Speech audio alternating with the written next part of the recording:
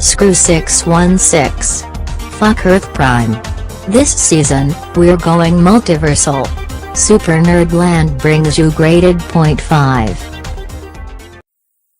Hey everybody, welcome to Grade Point 5. I'm your host Jason. With me tonight are Wayne and Evan. I'm not here. Yeah, I'm not here either. What are you talking about? Shit, I forgot to take my meds, didn't I? No, you just forgot your big doinks. No, I had one of those. I don't think he forgot that. Holy hell, did I have one of those. So stuck in Amish. I don't want to be in Pennsylvania. Fuck. Pennsylvania does not sound like a good plan. All right. So we're back to DC this week. With some fucking Mark Millar. And the only iteration of Superman that actually fucking matters. He said being as edgy as humanly possible. Yeah.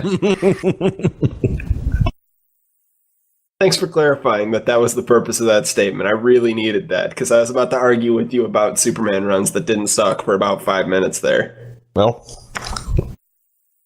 you know, Batman said in Infinite Crisis, the last time you ever inspired hope in anybody's Superman is when you were dead.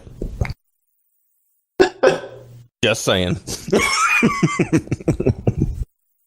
Yeah, that's probably fair in a lot of the runs.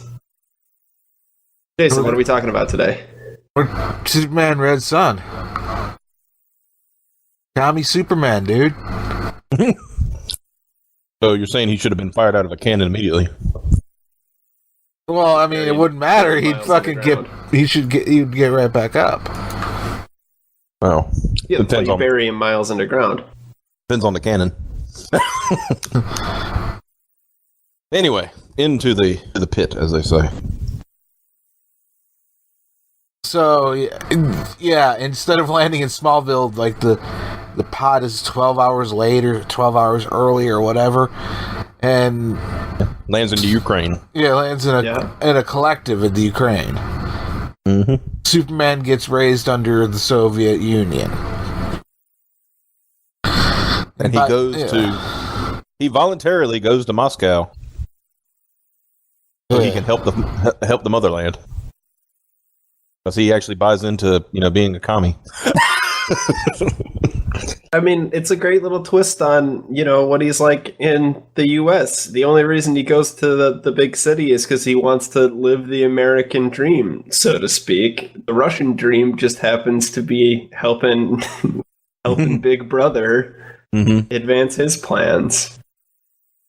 And in this case, it's Stalin, who is characterized... Yeah, this run starts into this run starts basically early 50s. Yeah, early 50s. Yeah, and so he basically the U.S. or the U.S. is made aware that the Cold War has just got a whole lot hotter, and that Russia has a Superman. Russia's got some sort of weapon. Yeah. What kind of weapon is it? I don't know. It's some kind of Superman.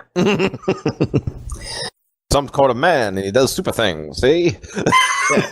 And he's flying out over America. We don't stand a chance, boys.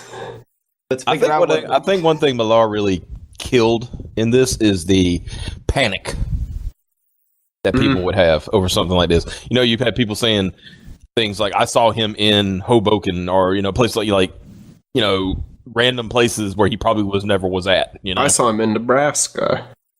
What did somebody say? Because of his X-ray vision, that he can see him while they're sitting on the toilet. America needs lead-lined walls to prevent that damn Superman from looking at the president on the shitter. I mean, worry about the cancer or anything. Yeah, I think, honestly, a plot synopsis would just be giving too much away on this. I think we should just discuss it. We can fill up all the time with just that. Yep. And people can figure it out from there, That's what I'm saying. Just start from the beginning and go and roll. Essentially. Yeah, so we got Cold War Superman. We've got Lex Luthor characterized in the most interesting way Lex Luthor's probably ever been characterized.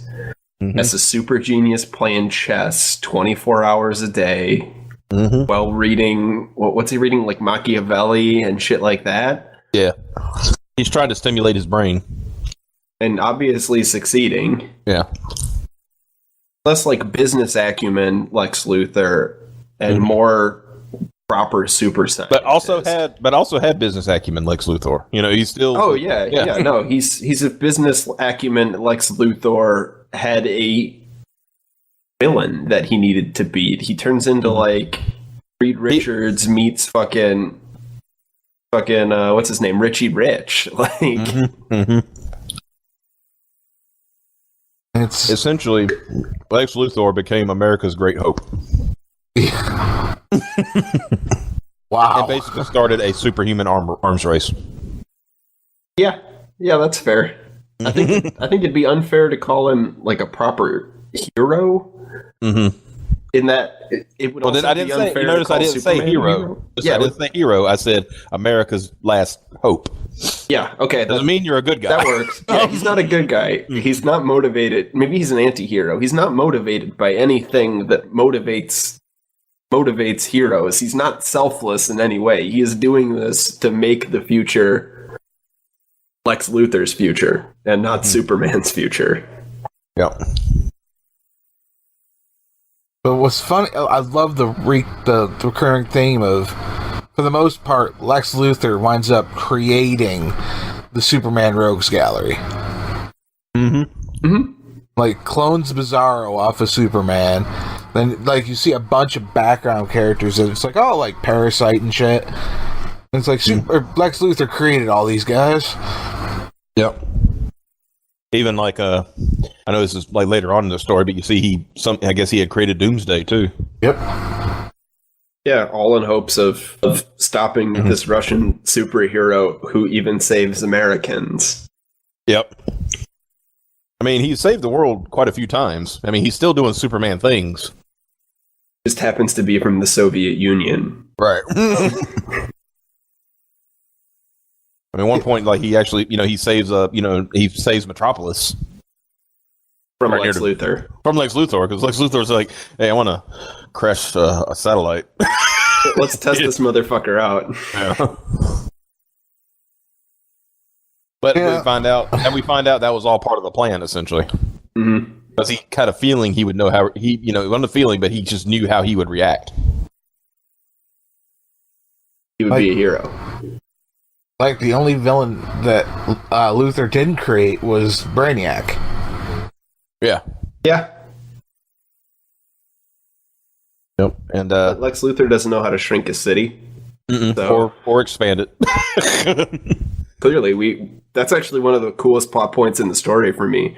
It's like one of the things that humanizes Superman the most is that he's got like a tiny, what is it, Stalingrad?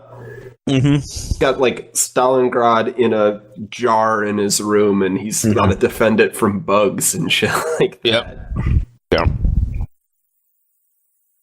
That was a cool scene you seen like there. You thought, it doesn't, at first it doesn't make you think that it's just, it's Stalingrad. They think it's just another city in Russia that got like, was, fighting an alien menace, and you look and it's a fly. Yeah. Yeah. It's a fly in the shrunken city. It's freaking genius. Normally I'm not a fan of Mark Millar, but damn, he knocks it out the park in this. And I like how convincing Superman is into making people believe in communism. He even got Wonder Woman on board. Well, it's like it would take somebody like Superman to make communism work. It's not so much that Superman is a communist. He has all of these he's got this internal dialogue where he's like, look, I am actually the antithesis of communism. I am better than everyone else. I know that I am better than everyone else, which makes me absolutely unfit to lead this country. But who else is going to do it? Now, what really made no sense to me is some reason, because, Superman lands in Russia or Soviet Union. Batman comes from the Soviet Union. Well, it's all about the motivation. This boy had a motivation. They don't ever say his name, so we can pretty much assume he's not Bruce Wayne, But it's a very similar story in that he was killed by the government, and of course, what's he going to do? Instead of fighting crime, he's going to hate the government, Yep. And he's going to try everything he can do to topple the government. Not just the government, he gets killed by Stalin's son, specifically. Yeah. Illegitimate son. Yeah, well... I don't think we meet any of the legitimate ones, so... Yeah. The whole thing was like that Stalin would never have given power to his son, is what they were trying to get around to an illegitimate son. They're perfectly content to make him essentially engage in all these horrible acts. Essentially, Superman was crafted. He was, basically being primed and crafted to be the next leader of Russia. Next leader of the Soviet Union. Excuse me. Try not to get those confused. Whether he wanted to be or not. Mm-hmm. I mean, and when we find out and we get down to the nitty gritty of it, he did. His son, Stalin's son, is the one that killed him. So.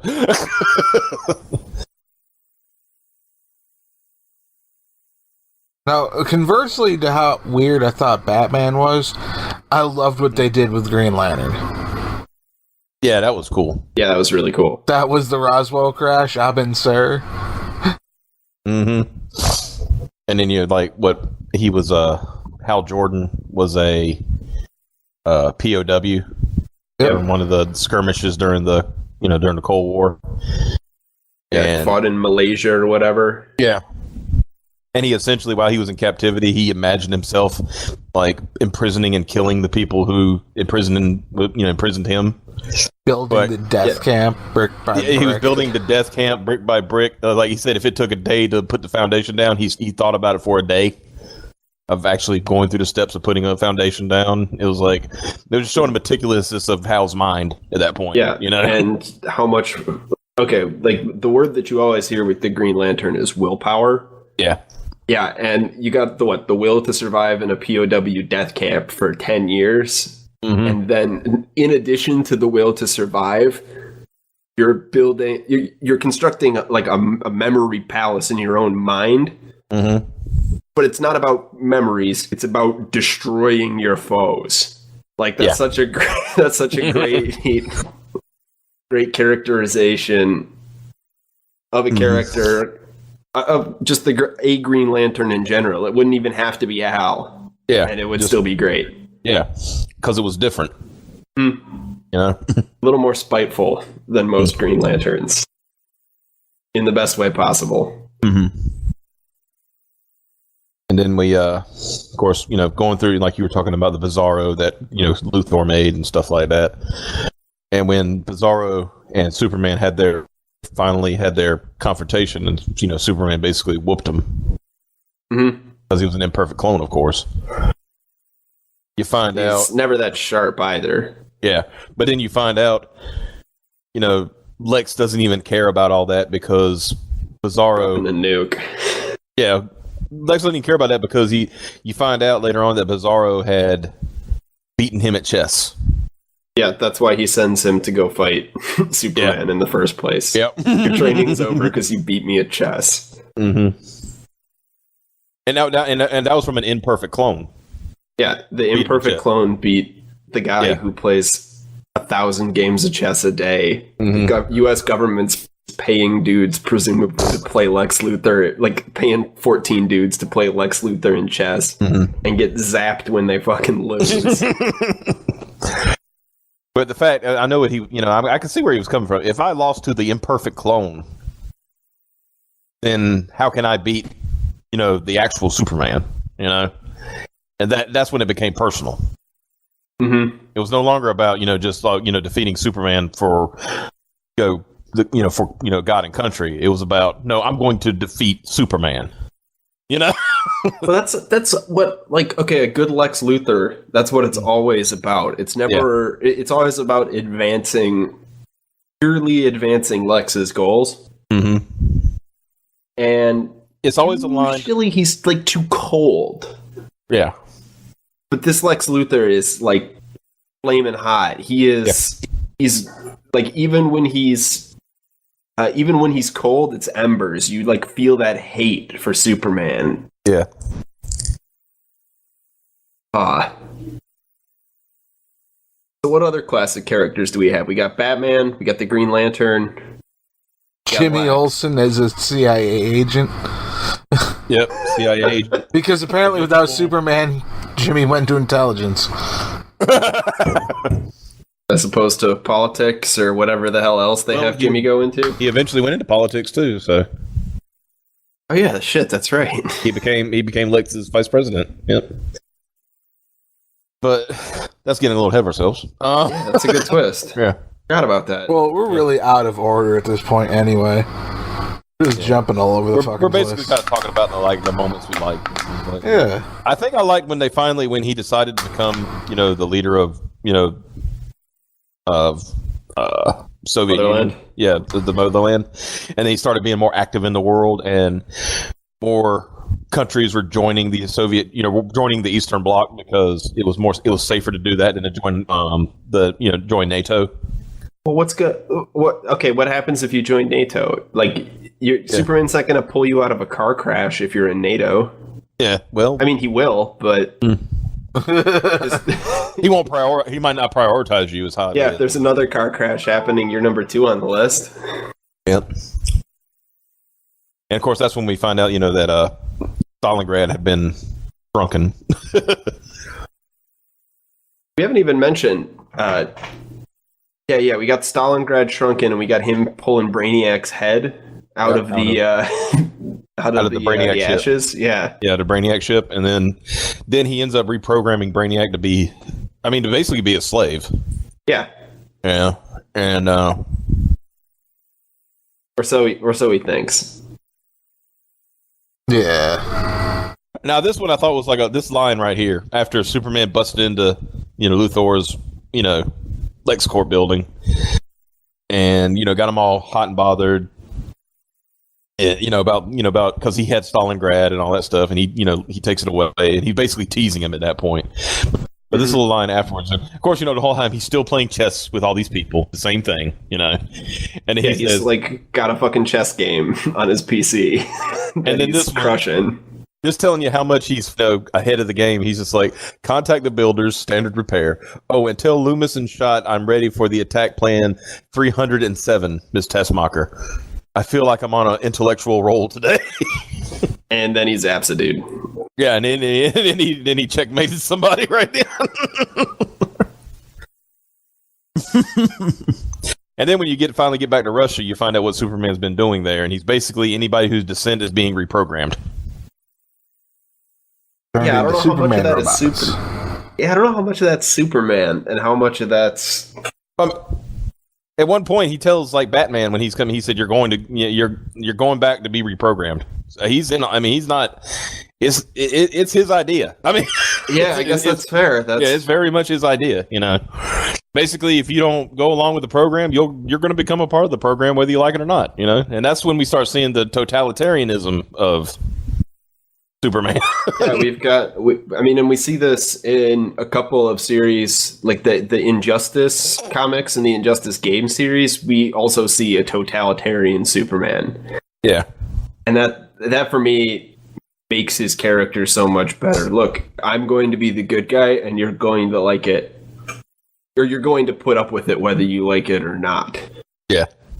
You are going to join man's side. Yeah. You have no choice.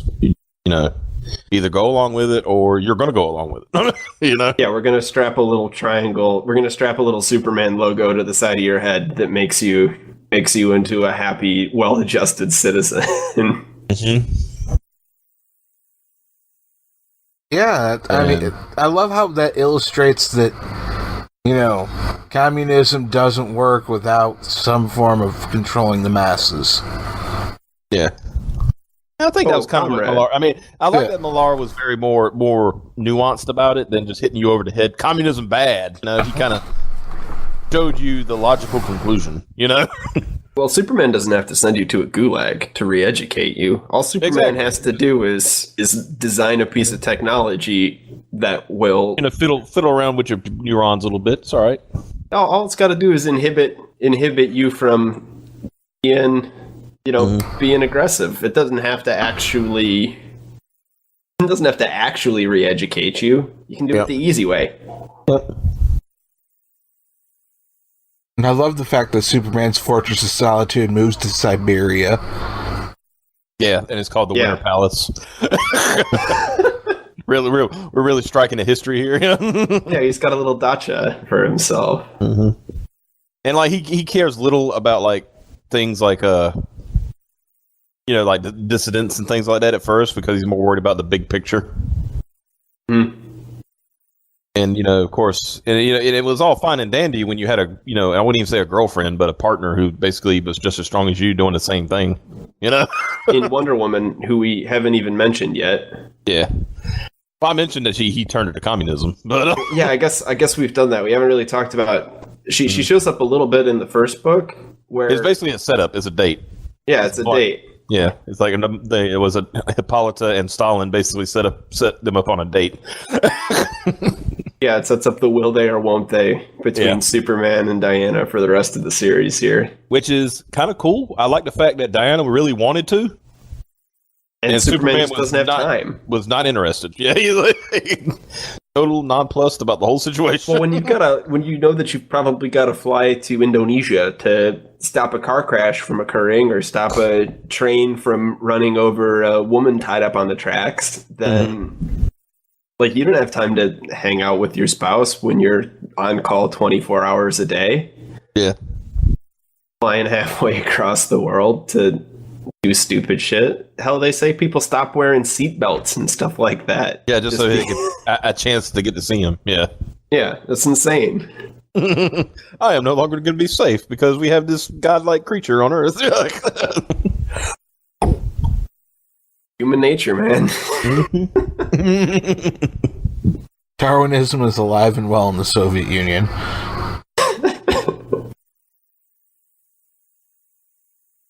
And I like how he basically, as time went on, as the Russia, as the Soviet Union gained influence and more countries, eventually only Chile and the United States were the only countries that had not joined the Warsaw Pact.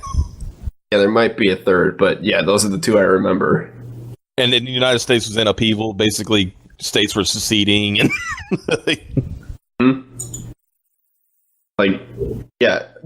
the Western states, including I think California, ended up seceding from the U.S. at some point in this. And I think there was one. There was my shit memory serves. I read this a week ago. Yeah, here you go. There was a newspaper at 4 in the morning. So a newspaper boy is holding up shaky here. He's holding up a little newspaper, and it says Kennedy grants Georgia independence. So Georgia was a secession state. Huh. Oh well, it's me and Jason for a few seconds here. Oh god, sorry about that, boys. Where did it come me out? We were talking about secession, and I said, it says it's got a little thing blurb where it said Kennedy granted Georgia secession. Oh, Georgia. Okay, I thought it was the West Coast, but it might have been West Coast, mostly West Coast, but that was the one they mentioned specifically. Okay. And this is another interesting thing is that Kennedy is the president during the 70s because Nixon was the became president during the 60s, and he got assassinated instead of Kennedy. Yeah, well, and that's great because you have the U.S. in a state of major upheaval, and Nixon was elected just like real history, like when Kennedy was elected. Yeah, he was like right at the start. Let's take a step back here. Nixon was elected during the Vietnam War, a period of major upheaval in the United States, just like Nixon was elected prior when Superman was basically making America his bitch. Yeah. So yeah, Nixon, the president of upheaval, and then Kennedy coming in when it's sort of stabilized. Admittedly, Kennedy came in at the top in reality. Yeah. And in our little Superman world, he's pretty much president at the bottom. Yeah.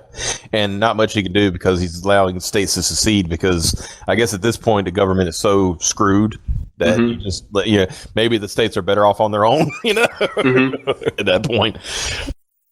And yeah. Now, we keep starting to talk about fucking Wonder Woman, but we never do. Well, we did. Yeah, I mean, there's not that. There was one key scene. I was getting to the point where she gets used and abused, but and it was pretty bad too. Superman comes out looking like a huge dick. Yeah. Yeah, it's not a Ross and Rachel, will they or won't they? It's a will he or won't he. Yeah. He is the heel in this particular relationship. And this little arc going on with them too. Yeah. Especially the end. The end does not particularly reflect well on Superman. Mm-mm. It was literally okay. Well, let's go. What happened? Let's take a little time before we get there. But yeah, we've got Diana effectively saying, "Oh, the people love you, Superman. Some more than you'd ever believe." And it's like wink. Yeah, massive close up on sad Wonder Woman eyes. Yeah, He's like, I really want to jump those super bones, but he's not into it. So You make me. So what you're telling me is she wanted to hold his hand. Yeah, they wanted to hold hands and spoon. She wanted a wholesome super relationship. Yeah. Go to a movie, Sit in the back. No, don't sit in the back. That's we'll talk. Come on. Okay, fine. It's a wholesome relationship. You're right. They're not doing what you do in the back of the theaters. I mean, she might even kiss him on the cheek. I mean, might. Yeah, it's a big step, Yeah. So speaking of Superman's relationships, we've got this weird, cosmic coincidence relationship with Lois Lane going on too. Yeah, it's kind of like.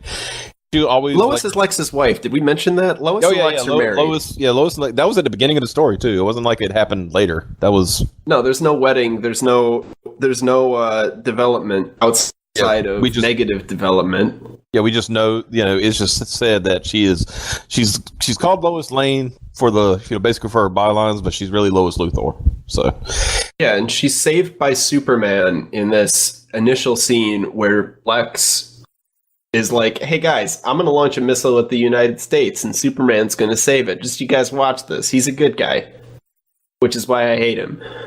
So Lex shoots the missile at the US, the Daily Globe or Daily Planet. Which one's that in Superman? I need more coffee. Daily Planet. You're not wrong on either case, but depending on what reality you're talking about. Okay, this one's the Planet though, right? Yeah, this is the Planet, yeah. Okay.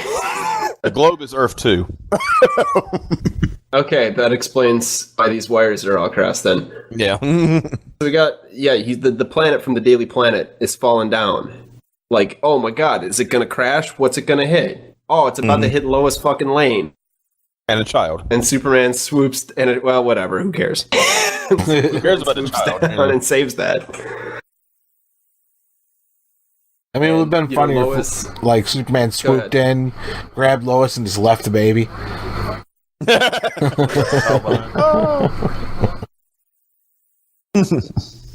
That'd show devotion. Even that communist did. He left the baby to die. We all knew that they were devils. And Lois has this star-crossed lovers moment where she's like, I'm married to Lex, but something about that Superman. Mm-hmm. It's like it always should be something, right? Mm-hmm. No, and it's like a nice little touch. Kind of like how who is it? Barry Barry Allen. We got Barry Allen like working in the bureau since whatever events take place in this reality make it so he's not going to be a scientist, presumably because Lex Luthor is the only scientist in America at this point. Yeah. And who else we got at the bureau? There's a couple more there. So same with Iris. Iris is there too. Iris West. Yeah, but getting down to it, essentially Superman's advisor / Stalin's son, who is basically wanted him dead since the beginning, starts to work with Batman to get Wolverine. They get Superman killed. I'm getting my OP characters out mixed up. I'm sorry. Yeah, no, it's an original franchise. It's hard to keep up with. Like, there's so many changes to the lore, so to speak, in this. It's hard to like keep it all in track. It's all in like perfectly in character. It's all effective, but you're used to reading Superman. This is not normal Superman. One thing that got me was how easily this Batman captured Wonder Woman. Yeah. We just show up and had her tied up, like really with their own lasso. Yeah, with their own lasso. It's like, oh, that's okay. All it takes. Yep, apparently. But yeah, we can do it. It's Batman. They do the old use the red sunlight thing, which worked pretty well. Yeah, it was whooping Superman's ass. But it worked pretty well. But for I like that he says, Superman's all overconfident. He said, "Oh, sun lamps, wonderful. Let him burn for a few thousand years, and I might get a heat rash." All of a sudden, bam! Yeah, you're socked in the face by a drunken Batman. Just beating the shit out of. He's like, "Good God, how did you do that? How did you get so strong?" Not even thinking that it's not him getting strong; it's me getting weak. Because he's never known weakness. No, and it's not like there's like kryptonite or anything else like that in the story. This is like the first time he's ever been depowered. He is a continent away from Lex Luthor. He's not going to interact with kryptonite or anything like that. Right. This was from his own, basically his own government figured this shit out. Yeah. So it was essentially his own government working against him at that point.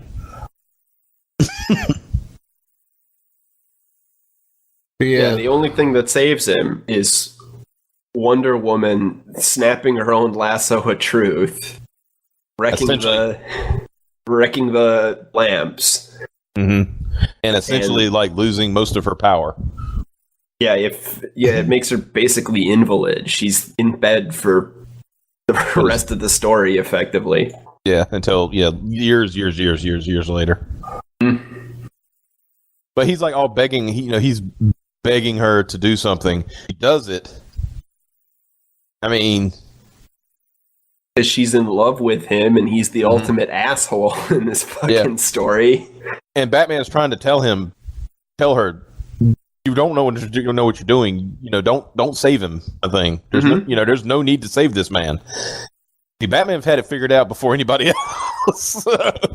Well, it's like real Batman. Yeah, real Batman. Okay, the small tangent here. My gripe with Batman is, he's got some plan figured out ahead of time, but so rarely in the comics do they give you a hint at what that plan might be. It's the same with this. Batman's got it all figured out ahead of time, but it's only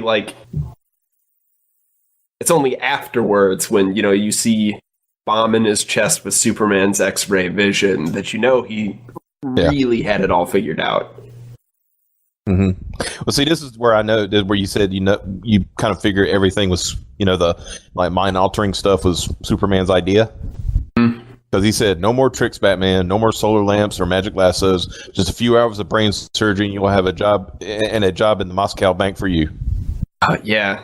That kind of tells the tale. He was not unknowing in this situation. No, and he's very complicit in it. At the start, he's maybe not so complicit, but by the end, he's lost it. Yeah. Not a hero of the people anymore. He thinks he's the hero of the people, but he's disillusioned. And so and then you, of course, you know that Batman, as I showed you earlier, he had basically swallowed a bomb. Mm-hmm. And he knew what he was doing. If things went south, he was going to kill himself and become the martyr. So the resistance would never die, essentially. Which is a really interesting concept for Batman. Mm-hmm. Self-sacrifice. I guess it's kind of a. Well, he always tries to go as far as he can and stay alive. And he knows exactly where that limit is with Batman. Yeah. But this Batman knows he's not going to make it. And then, of course, he broke Superman at the end and told them that Piotr was the one who betrayed him. He thought he could trust him. I was like, why would you think you could trust this man? He hated you.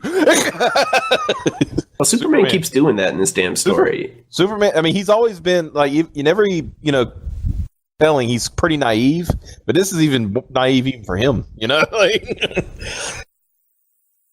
And then we see naive.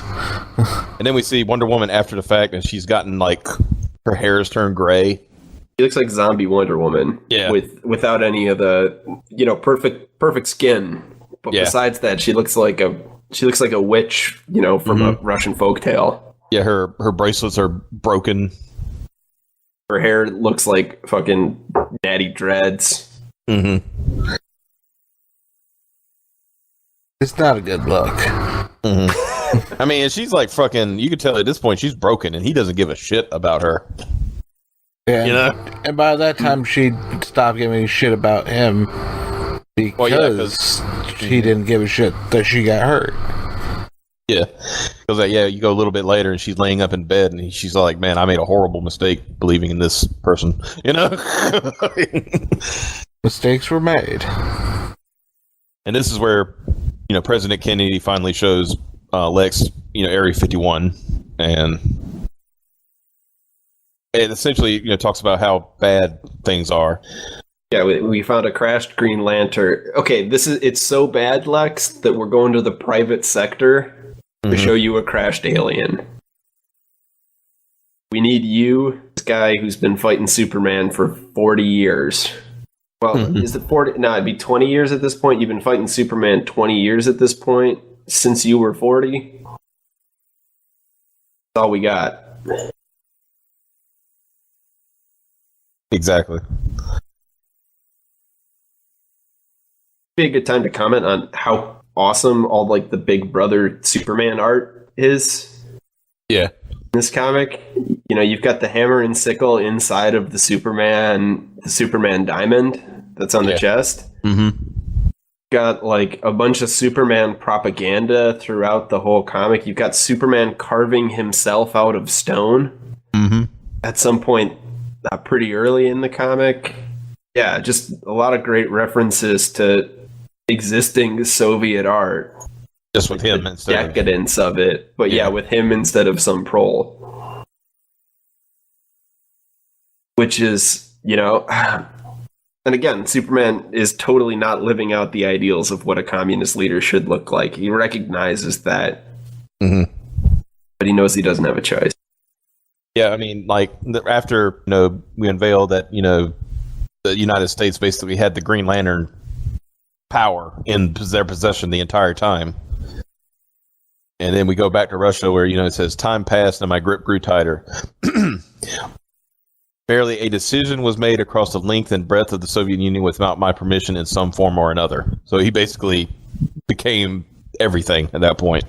From the supreme leader. He is the embodiment of Big Brother in every way. I mean, he's even mad that, like, there are new Batmen popping up. He said, I offered them utopia, but they fought for the right to live in hell. Damn. Mm-hmm. Powerful quote. Well, there's a few in this that are really powerful. I can't wait till we get to the end so we can actually talk about the line in this book that broke everything. Me. That broke everything. Yeah. Yeah, it didn't break everything. It broke me.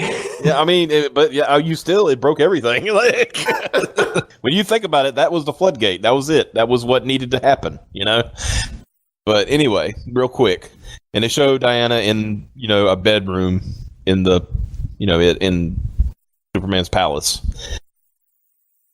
And basically, she's just almost an invalid at that point. Yeah, she's broken too. She's been betrayed by the man she loved. Like, yeah, because it was more about what he wanted than And he keeps convincing himself that it's about what the people need, not he's lying to himself. It's actually about what he wants, but. And he basically reprogrammed Piotr and made him an attendant to Wonder Woman. Yeah, and he looks a lot more gruesome than the other people he's reprogrammed at this point. Oh, yeah. Like, he took double shore to make sure that he would not betray him again. And then we get into when we're getting to the 80s at this point. And he's saying, basically he's saying that he now there are 6 billion communists in the world. Damn. To be fair, back in the 80s, there were only about 6 billion people, period. Yeah. So you really, at that point, it was just the United States, That wasn't... Well, it's not even a real, like, the full United States. It's like a decimated a United States that never had the population that... Yeah. That it does now. Listen to this, for example. Moscow tick-tocked with the same Swiss watch precision as every other town and city in our global Soviet Union. Every adult had a job, every child had a hobby, and the entire human population enjoyed the full 8 hours sleep which the body required. Fuck, that's creepy. Yeah. Crime didn't exist. Accidents never happened. It didn't even rain unless Brainiac was absolutely certain that everyone was carrying an umbrella. Almost 6 billion citizens and hardly anyone complained, even in private, because he could hear them. Yeah. No, and at this point, we know that he's reprogrammed Brainiac too. Like, trying to, and we've got a bunch of Batmen. we go to the Fortress of Solitude, line up with a giant key. Yep. And we see like you got a Brainiac robot hanging out with a bunch of reprogrammed Batmen in the Fortress of Solitude. So clearly he's listening in private and addressing those who complain. Yep. And then, they're talking about, like, the United States and what's the best to do with it. And, Brainiac was, his whole... He's like, yeah, let's just... he was at the point, it's like, we're doing them a favor. We're doing America a favor if we just, take them over at this point. He actually says, wouldn't it be more humane just to invade their shores and make them fall in line with the rest of the world? And he said, out of the question, old friend, this global revolution has been bloodless so far, and there's been no reason to change tactics now. Now, bloodless is a relative term, in my opinion. Well, when you perform precision surgery on a man's brain. Yeah. I get what he's saying. Bloodless. Basically, it's essentially you're convincing the rest of the world to go fall in line because there's no way you can stop me anyway. So, No, it's kind of like the Khan. It's kind of like Genghis Khan did. It's like he would go to one razz an entire village, and then when he went to the next one, it's like, hey, look what I did over here. You all want to be next? All right, then. Pay tribute. Yeah, pay tribute, and you ain't got to worry about it. So at this point, we've actually got President Lex Luthor. Yeah, Lex ran for president and won.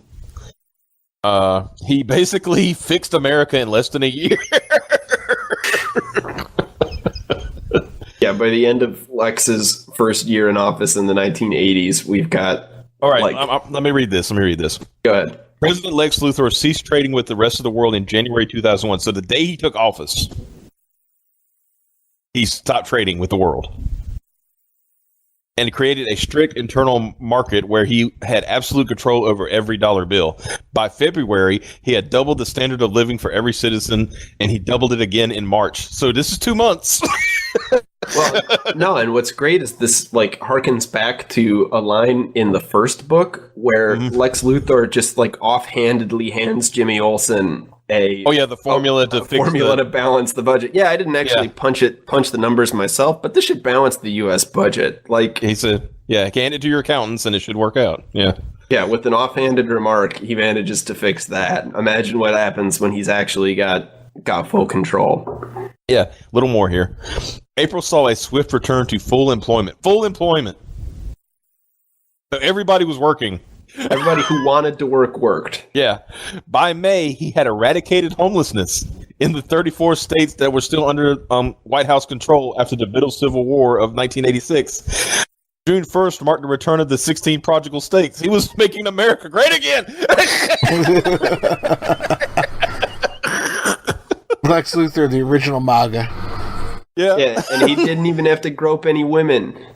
Well, I'm sure he might did. Well, he probably didn't because that would be a no concern. No, just like Superman, he's totally doesn't give a shit about that. Mm-hmm. That's like it's all about doing what Lex wants. It says it here. This next line. This is perfect. By the middle of his first year in office, America had a vibrant economy, a happy population, and a president with an unprecedented approval rating of 100%. But he wasn't doing this for the people. Lex Luthor couldn't stand the people. I love it. Like everything else in his miserable life. This is, of course, Superman telling this. In his miserable life, this was just the first stage of a master plan to finally eliminate me. And the really funny thing is, it worked. It worked. And we see Lois. She becomes the editor in chief of the Daily Planet, which doesn't really matter because Daily Planet's nearly defunct at this point. Yeah, Lex is actually demolishing it. Yeah. Yes. Okay, like as awful as Superman is to Diana in this, damn is Lex mean to his wife. Like of all of the places in the US that you could rejuvenate, you'd think that a newspaper with, your wife as the editor, you'd be able to achieve that, but it seems like Lex is just deliberately demolishing the Daily Planet building. Yeah. Deliberately putting Lois even further away from employment. It's just funny, like reading this little, like he's having his conversation with Vice President Olsen. He goes, so Olsen asks, so what makes you think he'll try to invade us? So remember, before he said he wasn't going to invade because all he had to do was wait and, the United States was going to collapse on its own, And he said, because Superman is a sick totalitarian control freak, Jimmy, and for the first time in his life, things are going wrong. Which is kind of funny, considering that in a couple reasons it's funny. Yes, it's true that for the first time in his life things are going wrong, and also it's Lex saying it. Yeah, Lex the sick totalitarian who basically had to become a totalitarian capitalist in a way to fight the totalitarian communists. Yeah, you're seeing we've got to the point where we're seeing the extremes of both. And let's see, his plans for global domination hinged upon America's complete collapse by midnight tonight. I like how he had this all figured out to the T. Yeah. He said, but my genius delivered our strongest economy since 1776. He's even the post-war boon of the of the World War II boon was not even comparable to what he's pulled off. Yeah, and some of that's got to be Lex just being an asshole. Like, the Industrial Revolution wasn't a thing. The U.S. didn't become hugely successful following that. No, it's me. I am God. I am America's fucking hero. I am Lex Luthor. I'm the one who's reintroducing these Green Lanterns. I'm the one who's flying on Air Force One. I'm the boss, baby. So he brings the Green Lanterns back. We already talked about Hal Jordan and how badass that little sequence was. And don't forget that he also discovered the Phantom Zone. Wait, when did that happen? Same time. Yeah. He's kind of like, hey, Jimmy, check out these 2 things I made. Yeah. Made a Phantom Zone. I like this. He says, makes you think you can go head to head with the guy that now has more, who's now that he's more solar charged than ever. He said, my indefeatable superiority complex. He said, now shut up and take a deep breath. And then he goes, where are we? Purgatory, limbo, call whatever you've been raised to believe. I myself refer to it as the Phantom Zone. So yes, he fucking found the Phantom Zone.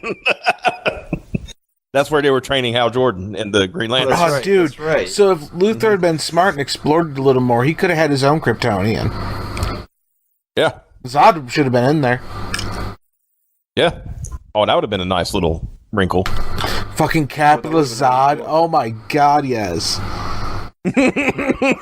Fighting with Lex Luthor against Superman. Dude, just the idea of a capitalist Zod brings so much more fucking depth to Son of Jor-El, kneel before Zod, you know? That would be actually really clever if they had pulled that off. Oh, and it's weird that he didn't think about locking Superman in the Phantom Zone either. Yeah. But I guess if you didn't find a Zod there, you wouldn't think of that as a place to lock a Kryptonian. I guess the only thing he might have thought is like, if he knew how to do it, then Superman probably did too. You know, so there was a possibility that Superman may have known. I guess if there's a possibility, and that's enough for Lex to discount that in this case. That's a good point. I just like this little thing where he's talking about the Green Lanterns.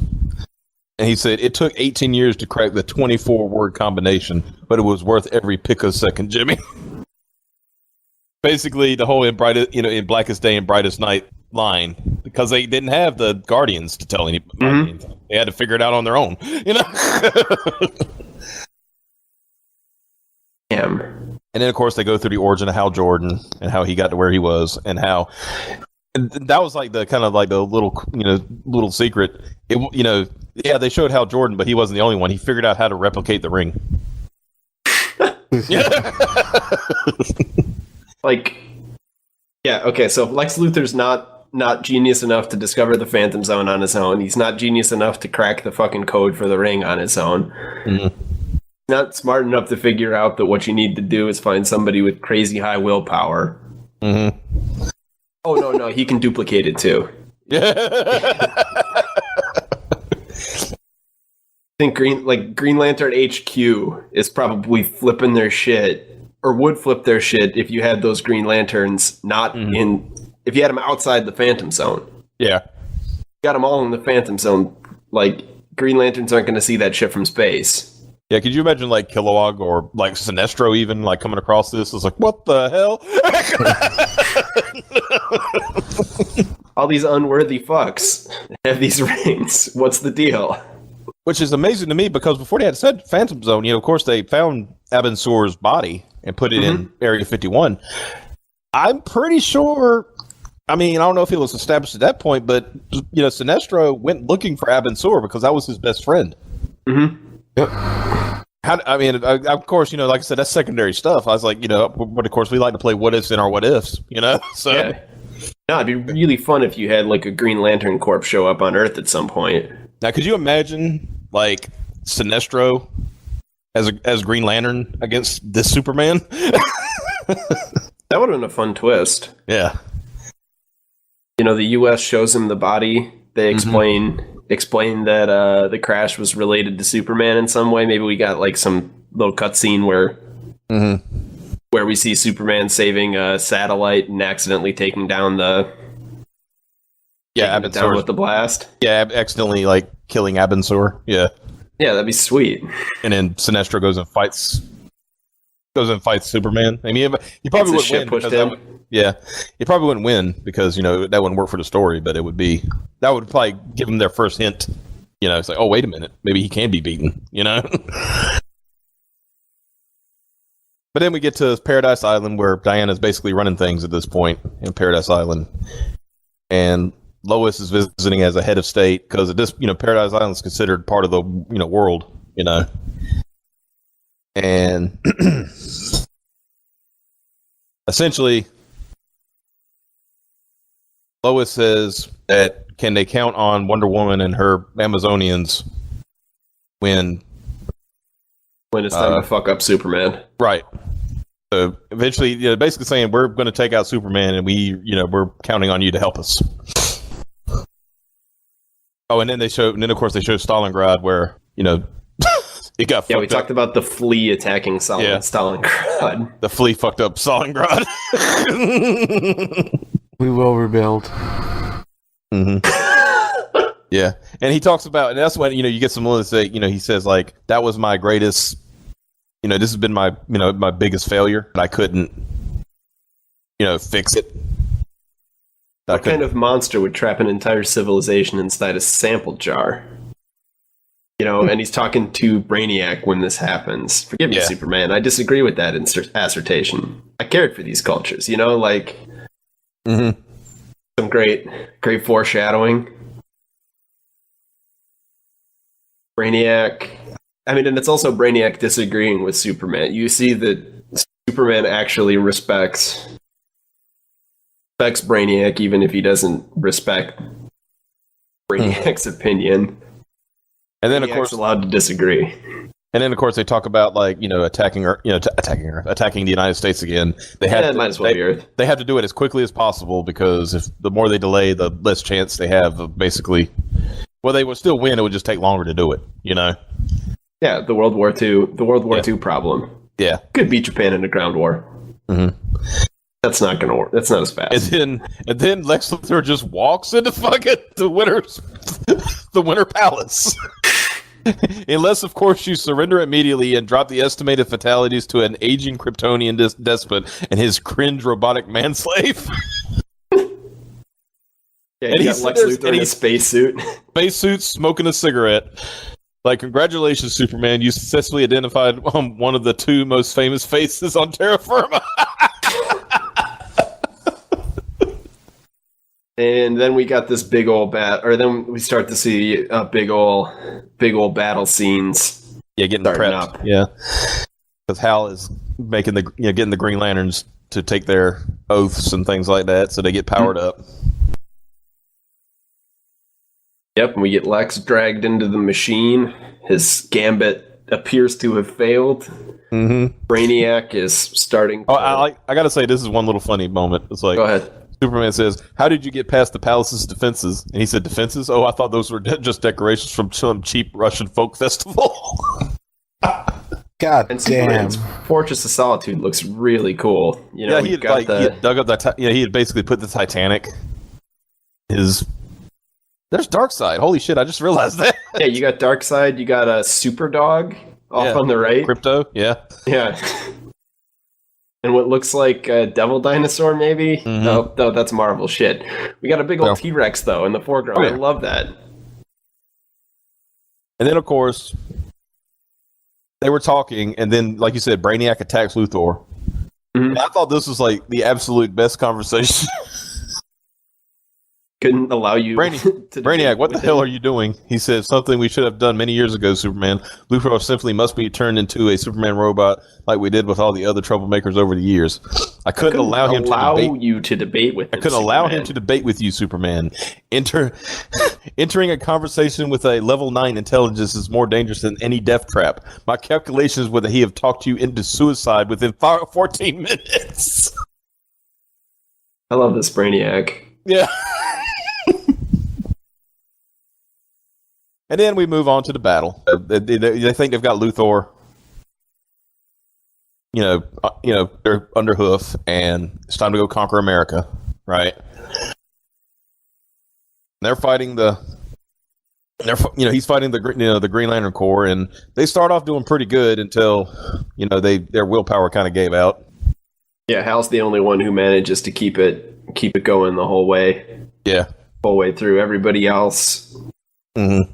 As I sort of suggested earlier, Hal's got, you've got like one Green Lantern a planet tops. Yeah. And with the exception of Earth, which seems to attract hundreds of goddamn Green Lanterns for some reason. It's because Earth is the middle of the universe. That's literally. I don't know why that makes it more powerful. That makes people have more willpower there. More integral to the affairs of the larger universe, for whatever reason. That's true. Yeah, no, and we got 3 or 4 Green Lanterns from Earth. It's one Green Lantern per sector, and sectors have several planets. Yeah. There's only supposed to be like 3,600 for the entire universe. Well, my point was that Hal's inducted a whole bunch of guys who probably aren't suitable material for a Green Lantern, in part because he doesn't know what it actually means. Yeah.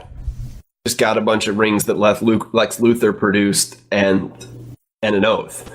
Yep. And and a little bit of rudimentary training, essentially. Yeah. And then Superman just takes his ring off. They give it her.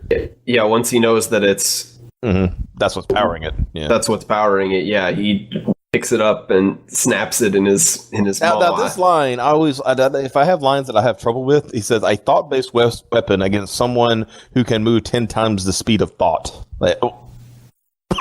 Damn. Why could anybody beat you then? You know.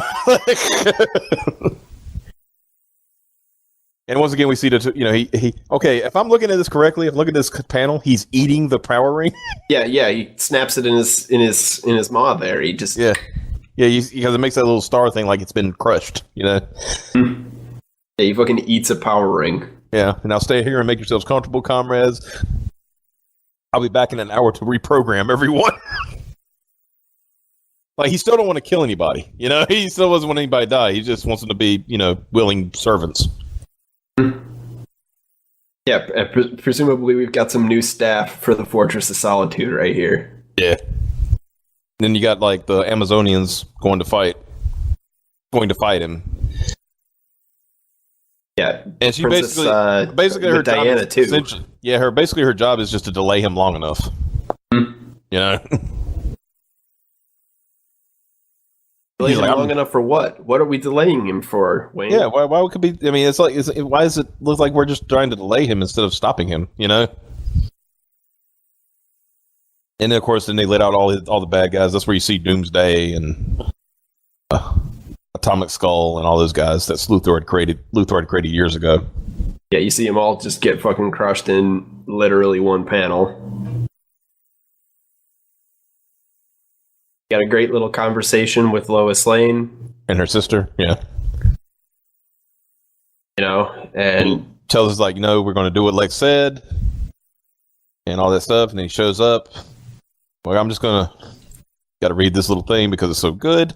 I guess we've got 2 panels with all the classic villains. Excuse me. Yeah, but then he gets to Lois, and he says, "I'm going to have to ask you to evacuate the area, Miss Luthor." He said, "I respect the fact that you're taking a stand like this, but we're destroying everything within a 5-mile radius of the Pentagon, and I don't want anyone hurt." And she goes, "I'm sorry, Superman, but this is my home, and I'm not budging an inch."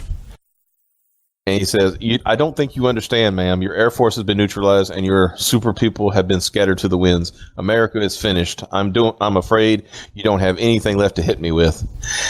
And she says, "Actually, we've got one bill left in our arsenal, Superman. If you think I'm kidding, just take a look at the letter in my inside pocket." And of course, he's like all smug. I like the smug face that they drew on him. With the greatest respect, Mrs. Luthor, I hardly think a brown manila envelope is going to stop me in my tracks, even if it does have a presidential seal. And then Luthor was saying, "Fly as fuck," with a little curl on his forehead. Mm-hmm. And then he goes, and it's showing like Lex, like, I guess days before. And he says, "What am I doing? Well, they say the pen is mightier than the sword, Lois. So I'm distilling everything Superman hates and fears about himself into a single sentence. He might shrug off a nuclear strike, but I guarantee this is going to strike that flame-proof heart of his." Yeah, then he's flashback at the thing with Brainiac. With Brainiac, and then he says, "Superman, Are you okay? And he just crumples in a heap. Well, he's got tears in his eyes. Tears in his eyes, and he crumples into a heap. He's like, "Oh my God, what have I done? All I wanted was to put an end to the wars and the famines.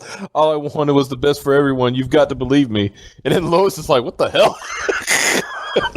And then, why don't you just put the whole world bottled? Damn. Mm-hmm. Damn. Yep. No, and it totally hits on, like, you know, early, like, they keep bringing up that his biggest failure was letting Brainiac take Stalingrad, that he couldn't blow the city back up to normal size. Mm-hmm. He's arguing with Brainiac for, like, I don't know, we've got, like, at least 2 pages of him arguing with Brainiac in this book specifically about, you know, what he needs to do to fix Earth. And, you know, he basically has the same justifications for his actions that Brainiac has for Brainiac's actions. Mm-hmm. And he thinks he's all fucking sly. Yeah. He doesn't realize that he's doing exactly the same thing Brainiac is. But that's not even the fucking end of the comic. Yeah. Because then Brainiac kind of heel turn. Yeah, Brainiac does he does like I was just pretending to be retarded, and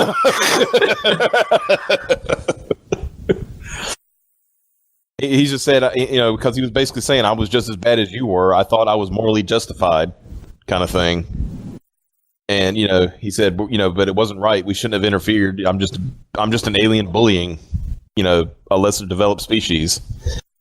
And he said, you can't stop now when you're on the brink of utopia, Superman. Denying them perfection is more morally corrupt than enforcing it. And he says, an asshole, right? At least leaving them alone means they can make their own mistakes again, comrade. Luthor's right. This isn't how the world is meant to be.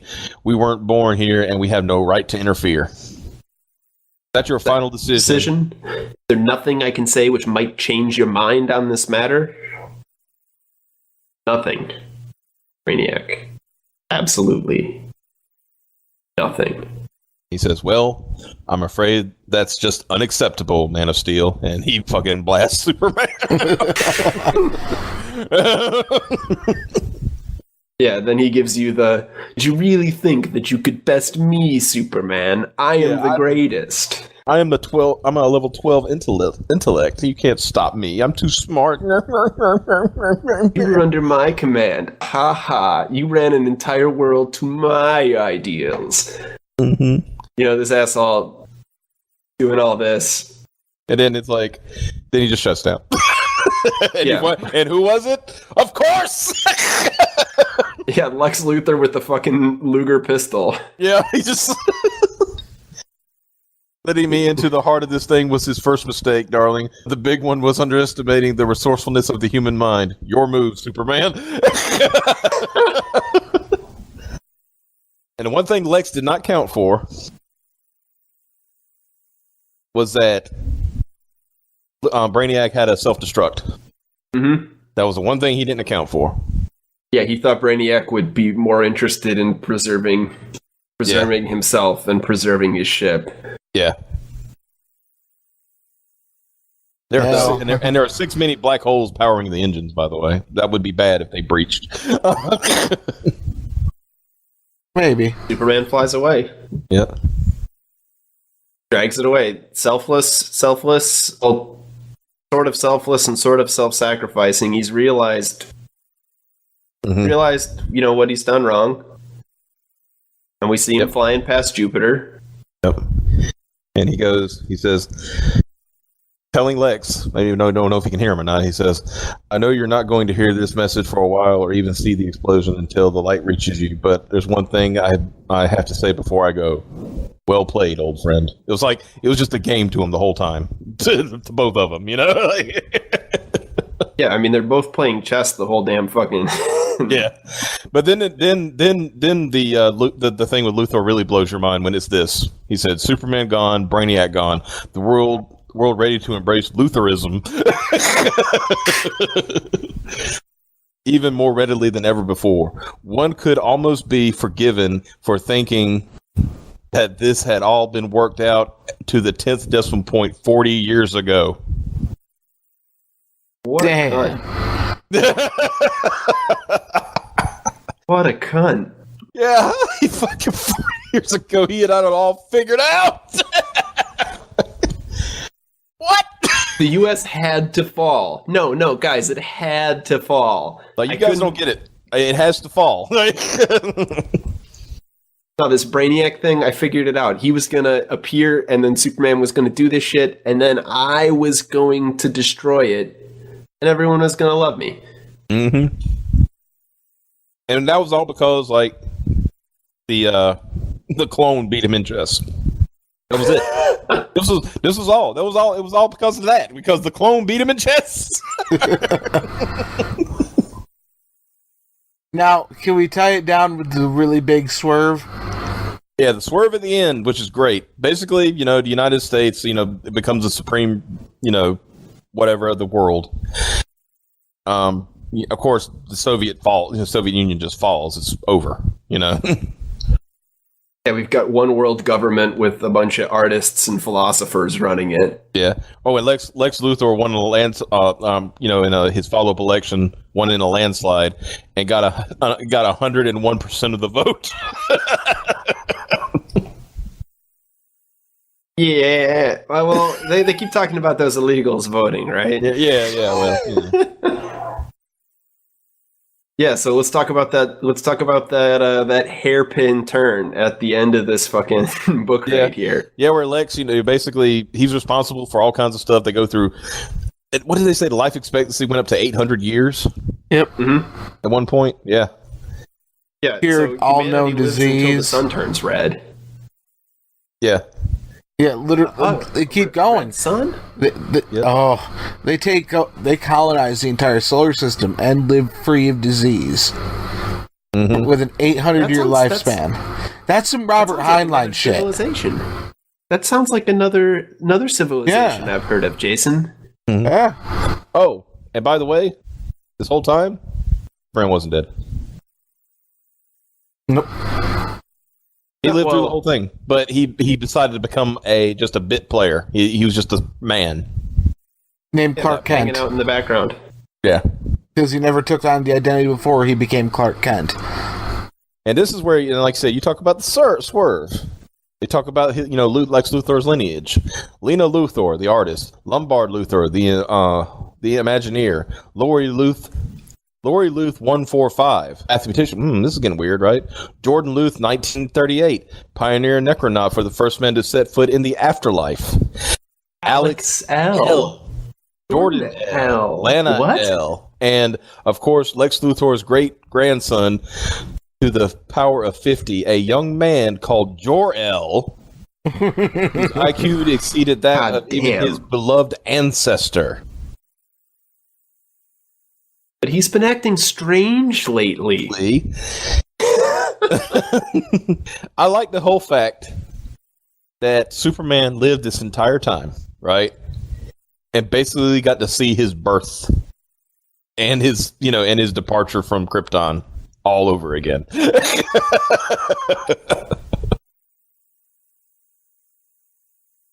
And I like it was cool that the ship was sent back in time and not back, not across space. Yeah. Mm-hmm. But then it still lands in Ukraine, so everything just starts over again. Yeah, no, it's a fantastic way to end this fucking story. Yeah. Mm-hmm. We start in the alternate timeline. We end at the beginning in the alternate timeline. It's fantastic. The end is the beginning is the end. Yeah. Like any great story. It was a really good story. It's probably okay.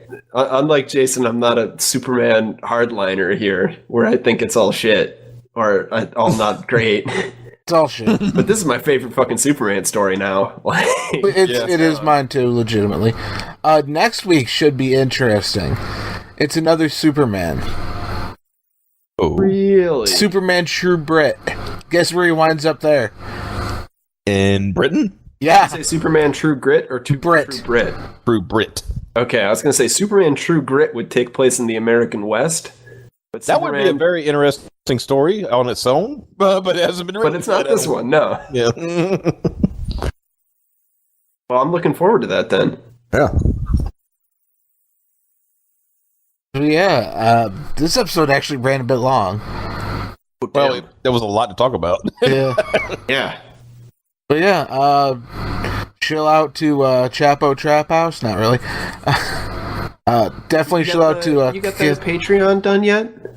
The Patreon, it will be up very soon, but it will be patreon.com/graded 0.5, and that's spelled out. Graded point POINTFIVE. Like the Twitter handle. And just like the Twitter handle, at graded 0.5, you will be able to see it. I mean, it's already there. You can already start like contributing to it. I just haven't put the our goals and stuff up yet, which is coming. It's coming. It's all about fucking wording the shit right. So. Yeah. Well, support us. Support your local comic shop. Support the Comic Book Legal Defense Fund. But most of all, support us. Or Chapo Trap House. Because what have they done for you lately? They got plenty of money for commies. They don't need money. And we'll see y'all next week.